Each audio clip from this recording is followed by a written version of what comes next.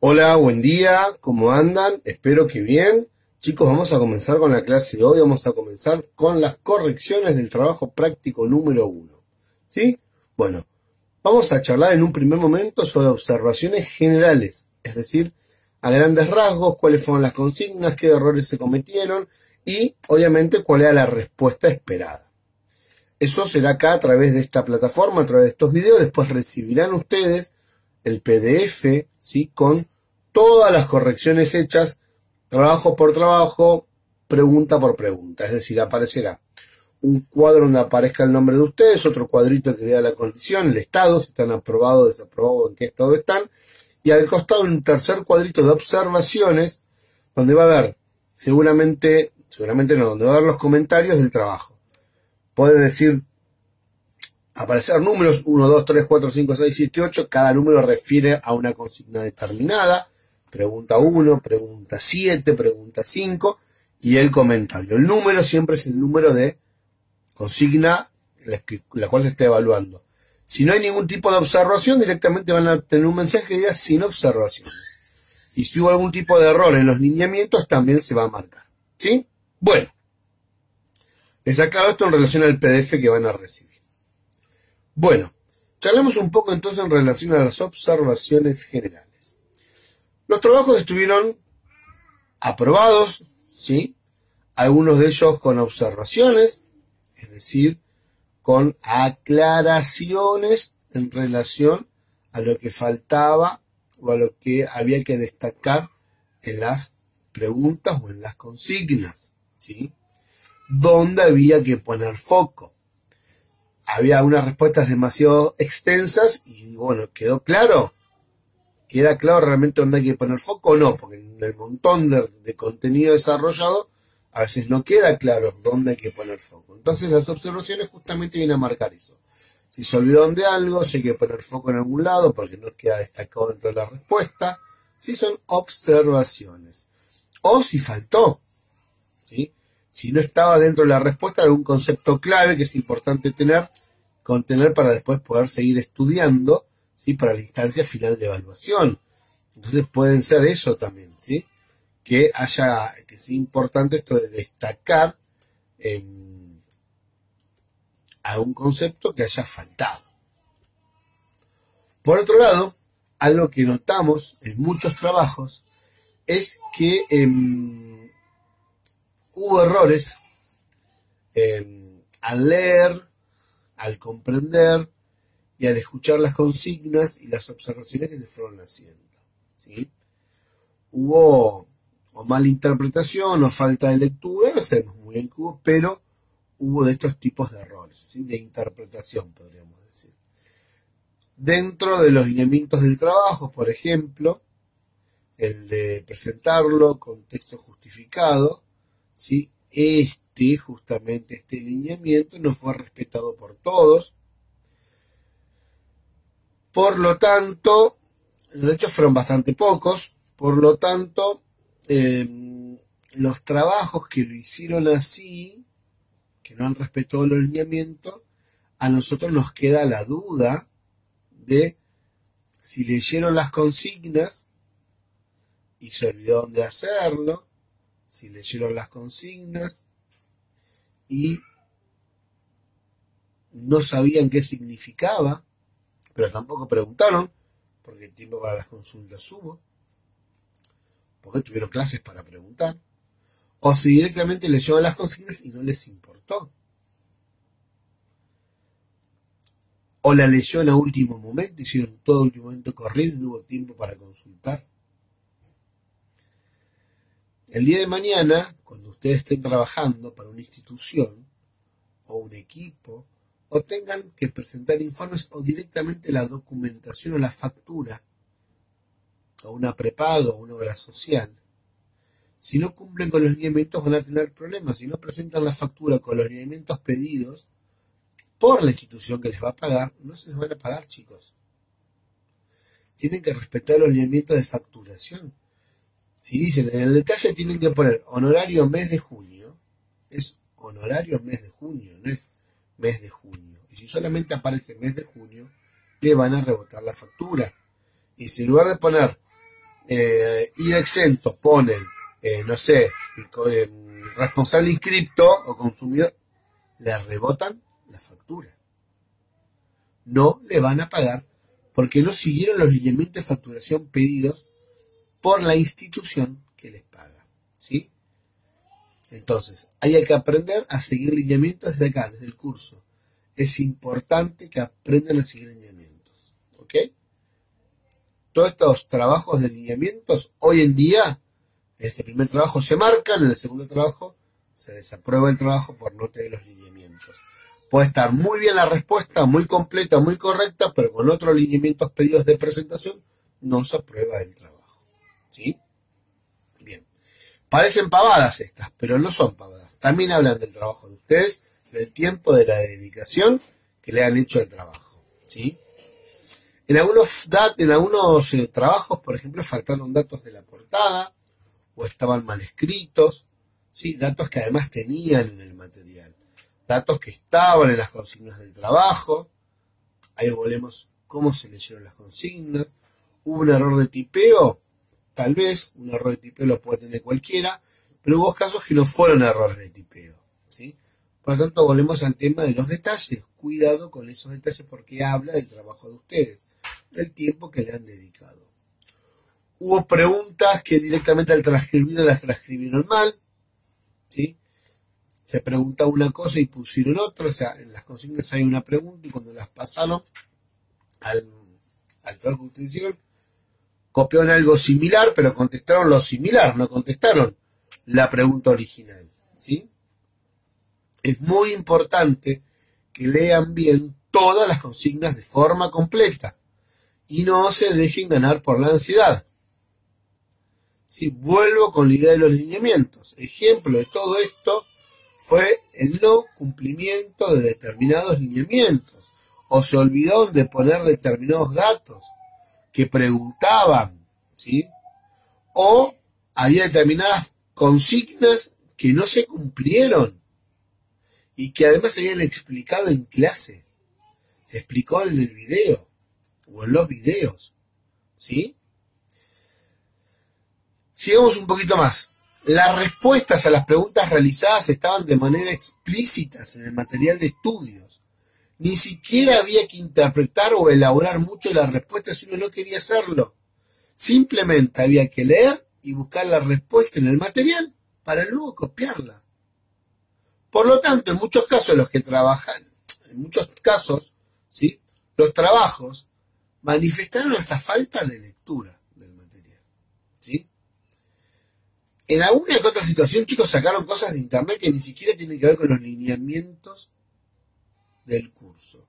Es decir, buscaron material en internet, no sé si es para sumar o para agregar, pero o no, o para no leer, no sé. Pero el tema es que cuando buscamos material ni siquiera condice con el marco teórico del curso.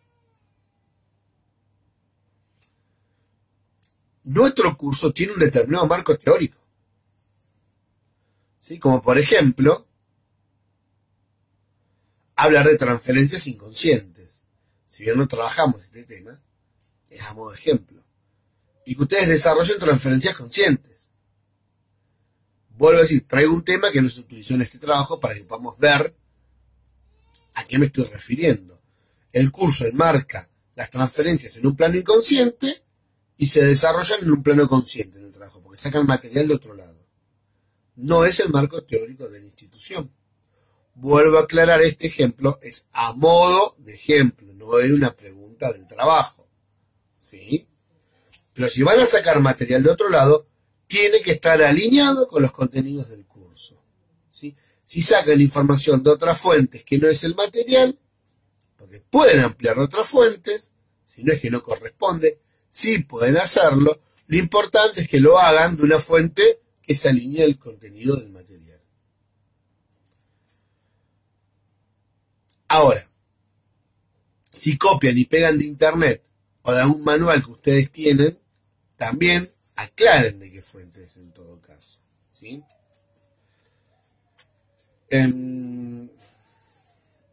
Algo que quiero comentarles. No pongan nada en los trabajos, nada, Ni una coma, chicos. Si el día de mañana no pueden explicarlos, si no saben explicar de dónde sale esa coma o por qué está esa coma ahí. Porque en una situación de examen es la diferencia entre aprobar o desaprobar. Todo lo que aparece en un trabajo se supone que el alumno lo sabe, y lo sabe bien, por eso lo puso en el trabajo. Si está para rellenar, el docente se da cuenta. Te voy a preguntar sobre eso. Se va a preguntar sobre eso. ¿Sí? Tienen que dar explicaciones absolutamente de todo lo que esté en el trabajo. Cambiando de tema. Algunos de los trabajos tuvieron respuestas breves y otras muy breves. ¿Sí? Tan breves que en un futuro examen no alcanza, o en un futuro trabajo no alcanza para aprobar. ¿Sí? En este caso, y por ser el primer trabajo, alcanza la respuesta dada. Pero en una situación de examen, y mucho más en una situación de examen final, este tipo de respuestas no alcanza. No alcanza. ¿Por qué? Porque ustedes hacen de 6 páginas del material un resumen de 2 párrafos, y cuando tienen que estudian 1/3 de los 2 párrafos. Ahora, si de 6 hojas de material hacen resúmenes de 3 renglones, y van a estudiar 1. Están en una instancia evaluatoria los trabajos, no es un cuestionario de completemos lo menos posible, ¿sí? Ni tampoco exageremos en las respuestas. Algunos trabajos, chicos, fueron directamente un copy y pegue del material. Copiaron y pegaron. ¿Está mal? Y yo se lo voy a decir así. No, no está mal. La respuesta es correcta. Yo pregunté algo. ¿Estaba así? ¿Estaba? Bueno, listo. La respuesta es correcta. ¿Le sirven a ustedes? No. No. ¿Aprendieron? No, nada. Copiar y pegar y vos estudiar de memoria no sirve. Porque ahora, en unos meses, cuando tengan el examen final, no va a haber un trabajito. Van a tener que saber las respuestas. Y no las van a tener. O las van a tener que ponerse a estudiar dentro de unos meses. Por eso la importancia de que el aprendizaje se vaya dando en forma de proceso. Además, los contenidos que vienen, si no tengo incorporados estos contenidos de ahora, y se nos van a dificultar. Totalmente se nos van a dificultar. Yo no puedo hablar de cómo trabajar con un paciente si no conozco las funciones. No puedo hablar de un abordaje dentro de una patología si no conozco las funciones. Si no conozco cómo se trabaja en equipo, si no conozco determinados conceptos. Los necesito para después poder trabajarlos. ¿Sí? Proceso. Vayamos a las preguntas. Las preguntas que nosotros le pasamos, o las consignas que nosotros le pasamos en el PDF, ¿sí? Fueron 8 preguntas. ¿Qué es el acompañamiento terapéutico? Definición de acompañante terapéutico. Había que explicar el rol del acompañante terapéutico. Explicar la diferencia entre acompañar y acompañar terapéuticamente. ¿Qué era el encuadre y qué función cumplía? La definición de distancia óptima. La definición de salud mental. Y qué era el paradigma biopsicosocial y cuáles eran sus implicancias. ¿Qué es el acompañamiento terapéutico? Fue la primera consigna. ¿Sí? A ver, esta fue la pregunta tal vez más pava, ¿sí? Pero que generó confusión, porque en algunos casos, ¿sí?, confundieron lo que es el acompañamiento terapéutico con lo que es el acompañante terapéutico, ¿sí? En algunos trabajos transcribieron bien las preguntas, pero escribieron mal las respuestas. En otros trabajos transcribieron directamente mal la pregunta, por lo tanto contestaron la pregunta que habían transcribido, pero no era lo que se preguntaba. Así que cuidado, chicos, con esto. Atento a este tipo de cosas, ¿sí? ¿Qué fue lo que y ahí hablamos de la interpretación de consignas. ¿Qué fue lo que se preguntó y qué contestaron? No es lo mismo el acompañamiento que el acompañante. Nosotros preguntamos en esta pregunta qué es el acompañamiento terapéutico, ¿sí? Y en relación a esta pregunta, la respuesta la podemos encontrar en las páginas 9, 10 y 11 del material. La respuesta que esperábamos, palabra más, palabra menos, de manera resumida, es que el acompañamiento terapéutico era una práctica de y en la salud mental, que era un dispositivo de abordaje ambulatorio, que se implementaba en determinadas situaciones, el cual estaba inserto dentro de un equipo de salud interdisciplinario compuesto por médicos, psiquiatras, psicólogos, neurólogos, asistentes sociales, trabajadores sociales, no asistentes sociales, trabajadores sociales, terapistas ocupacionales, enfermeros, entre otros tantos. Y podían seguir explayándose, pero el foco había que ponerlo en esto que yo les dije, ¿sí? La segunda consigna era la definición de acompañante terapéutico. Y acá había varias posibles respuestas. Lo que sí teníamos que tener presente, como indica el material y como se indicó en clase, ¿sí?, que al margen de la definición que nosotros elijamos poner, tenía que tener las 3 características fundamentales, cualquiera de la definición dada, porque se dijo en clase y aparece en el material explícitamente. Estas respuestas las podíamos encontrar en la página 12 y 13 del material. En muchos casos esto no se tuvo en cuenta al responder. Por lo tanto, o no respondieron ninguna de las características o les faltó alguna en la definición dada. La tercera consigna era explicar el rol del acompañante terapéutico, ¿sí? Acá, a rasgos generales, esta respuesta no trajo grandes inconvenientes. Lo que sí tenemos que destacar es que el rol característico de la T, que lo va a diferenciar de otros integrantes del equipo interdisciplinario, es que es un agente resocializador, es decir, este rol focaliza justamente en el restablecimiento o fortalecimiento de los lazos sociales que el paciente tiene con su entorno. El AT trabajará lo vincular. ¿Qué trabajamos nosotros? Los vínculos. ¿Esto lo hace el psicólogo? No. ¿El psicopedagogo? No. ¿El pediatra? No tampoco. ¿La fonoaudióloga o el fonoaudiólogo? No. Esto lo hace el AT. Y esta respuesta la podíamos encontrar en las páginas 14, 15, 16 y 17. ¿Sí? Focalizando, como les dije, siempre el rol en lo vincular, después podíamos ampliar la respuesta. La consigna 4 decía, explique la diferencia entre acompañar y acompañar terapéuticamente. Esta respuesta la encontramos en la página 11 del material.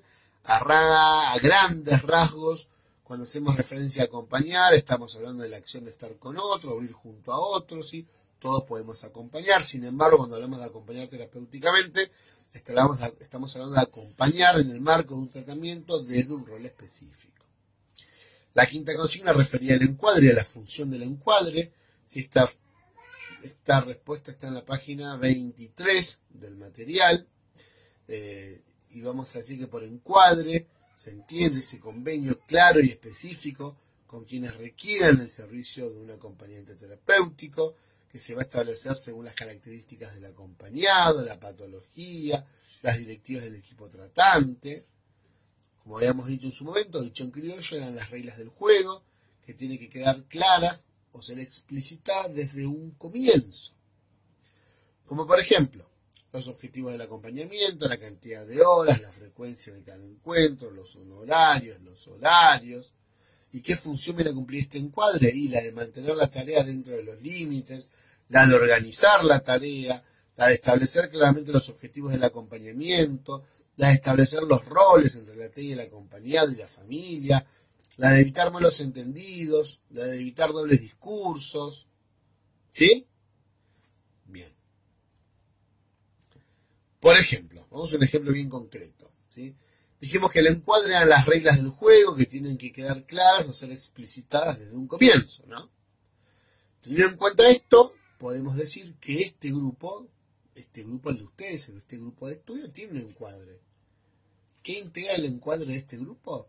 Las clases teóricas subidas todos los días pautados, ¿sí? Que se suben a un determinado grupo. No se dijo que iban a hacer clases en Face y se las terminan subiendo por Zoom, ¿sí? O por algún canal diferente, ¿no? Se le dijo, ustedes van a recibir las clases, se las subirán a un grupo de Face, los links en YouTube para que puedan verla. No aparecieron ni en Classroom, ni aparecieron por Zoom, ni en ninguna otra plataforma, ¿sí? Que el curso tenía un costo mensual, Y si se excedían de la fecha de pago tenían un recargo, que daba una cierta cantidad de meses, que el material del trabajo y de estudio estaban incluidos en el costo del curso, que cualquier duda en relación a las clases se podía comentar en los videos y sacárselas, ¿sí? Que las consultas no se hacían de manera privada al docente, ni por mensajes de textos, ni por audios. Esto no estaba dentro del encuadre. De hecho, por ejemplo, yo como docente por encuadre institucional no tengo permitido relacionarme con ustedes por fuera del curso. Por lo tanto, si ustedes me escriben por privado, yo no les contesto. De hecho, lo han hecho. Yo no respondo. Contesto a lo sumo, pónganse en contacto con la institución. Yo por encuadre institucional no puedo responderme. ¿Sí? Cualquier duda, ¿sí? Es con la institución, no es con el docente. Todo esto forma parte del encuadre. ¿Y qué pasa cuando el encuadre no se cumple? Comienzan los problemas, los malos entendidos, comienzan los conflictos. Y lamentablemente en el medio, el paciente. Cuando no respetamos el encuadre, quien se ve perjudicado es el paciente. Definición de distancia óptima. El concepto de la consigna 6, el concepto de distancia óptima, sí, lo podemos encontrar en las páginas 24 y 23 del material. ¿Qué dice este concepto? Básicamente, que para realizar un tratamiento adecuado se debe mantener una distancia prudencial con respecto a lo que le sucede al otro. De no ocurrir esto, pueden ocurrir dos cosas. O nos acercamos, ¿sí?, de manera invasiva y no podemos entonces, y podemos quedar entonces atrapados emocionalmente hablando, o sostenemos una lejanía tan grande que no nos permite ser empáticos. Y si no podemos ser empáticos, entonces no podemos ni escuchar, ni acompañar, ni contener, ni sostener. ¿Sí? Si no sostengo esa distancia prudencial con mi paciente, entonces puedo quedar atrapado emocionalmente hablando en sus angustias, en sus dolores, lo que me haría perder la objetividad si quedo atrapado dentro de un cuadro emocional con el paciente. Y si pierdo la objetividad no estaría resultando beneficioso para el tratamiento que mi paciente está teniendo, ¿sí? Dejaría de ser su AT para pasar a cumplir otro rol. Así que cuidado con este. Yo cada vez que digo paciente, podemos decir paciente, podemos decir acompañado, podemos decir usuario, ¿sí? Es como que son términos que van evolucionando. Antes se hablaba de paciente, hoy en día se habla de usuario, ya ni siquiera de acompañado, ¿sí? La realidad es una cuestión terminológica que se va debatiendo todo el tiempo. Somos el único integrante del equipo que llamamos diferente al sujeto con el cual trabajamos. Para todo el resto de los miembros del equipo son pacientes. Para el psicólogo, para el médico, para el psiquiatra, para el psicopedagogo, son todos pacientes. Nosotros, no voy a hacer ningún comentario más que este, le cambiamos el nombre, ¿sí? Asiduamente. 7. Consigna 7. Definición de salud mental. En esta definición hay 4 posibles respuestas, ¿sí? Y acá no hubo ninguna duda grande, ni error, ni observación importante a hacer ningún trabajo. ¿Sí? No me acuerdo si hubo alguna corrección ahora. Estoy pensando en la lista puntual. En la planilla de corrección pensé que no hubo ni siquiera hubo correcciones en esta respuesta. Si hubo, habrá habido alguna. La verdad no la tengo presente ahora. Por lo tanto, no presentó dificultad, ¿sí? Podían poner cualquiera de las 4 definiciones y todas ellas están en la página 29 del material. La última pregunta sí trae dificultades, que es cuál es el paradigma biopsicosocial y cuáles son sus implicancias. ¿Dónde está la dificultad? En implicancias. Mal que bien, no sé cómo dice el refrán. La definición de paradigma biopsicosocial la han puesto en todas las respuestas, esto de que era un modelo o enfoque participativo de salud, ¿sí?, y enfermedad que postulaba el factor biológico, estos factores químicos, biológicos, y el factor psicológico, los pensamientos, las emociones, las conductas y los factores sociales, desempeñaban, dice, un papel significativo en la actividad humana en el contexto de una enfermedad o discapacidad. Esto es lo que dice. ¿Cuáles son las implicancias del modelo? La definición, chicos, de salud y enfermedad que no aparece en el material, pero sí se da en clase y se explica en clase. Es una pregunta con trampa, para ver si prestan atención en clase, si toman apunte en clase o si no lo hacen. Cuando hablamos de las implicancias del modelo, estamos hablando de la visión de salud y de enfermedad que tiene este modelo, que se diferencia del modelo que tiene la OMS. ¿Se acuerdan? Que la OMS era ese estado de completo bienestar físico, mental y social. El paradigma dice estado de equilibrio cuando habla de salud o de desequilibrio cuando habla de enfermedad. ¿Sí? Tiene que estar explícito en la respuesta, o tenía que estar explícito esto. La idea de salud como equilibrio y la idea de enfermedad como desequilibrio. ¿Sí? Bien. Punto. Como pudieron ver, las respuestas todas, las respuestas a las preguntas realizadas, las encontraron o estaban en las primeras 2 unidades del curso. ¿Sí? Ahora, si les queda, van a ver este video, después van a mirar las correcciones en PDF. Si les queda alguna duda, la comentan o la hacen debajo de los comentarios en este video. ¿Sí? Esperen a ver las correcciones, lean las correcciones, vuelvan a ver el video en relación a lo que se pregunta. Y si con este video y con las correcciones no llegaban a comprender la corrección realizada, se consulta. Pero lean las correcciones y, de ser necesario, vuelvan a ver el video. ¿Sí? Y recién ahí pregunten. Vamos a estar evaluando también las consultas realizadas, la interpretación. ¿Sí? O esto de prestar atención. ¿Estamos? Chicos, hasta acá las correcciones del trabajo práctico número 1. Muy buena clase, muy buena jornada. Ahora a continuación, ¿sí? Van a continuar con contenidos, ¿sí? del curso. Vamos a seguir trabajando con otros contenidos nuevos. Muy buena clase, muy buena jornada.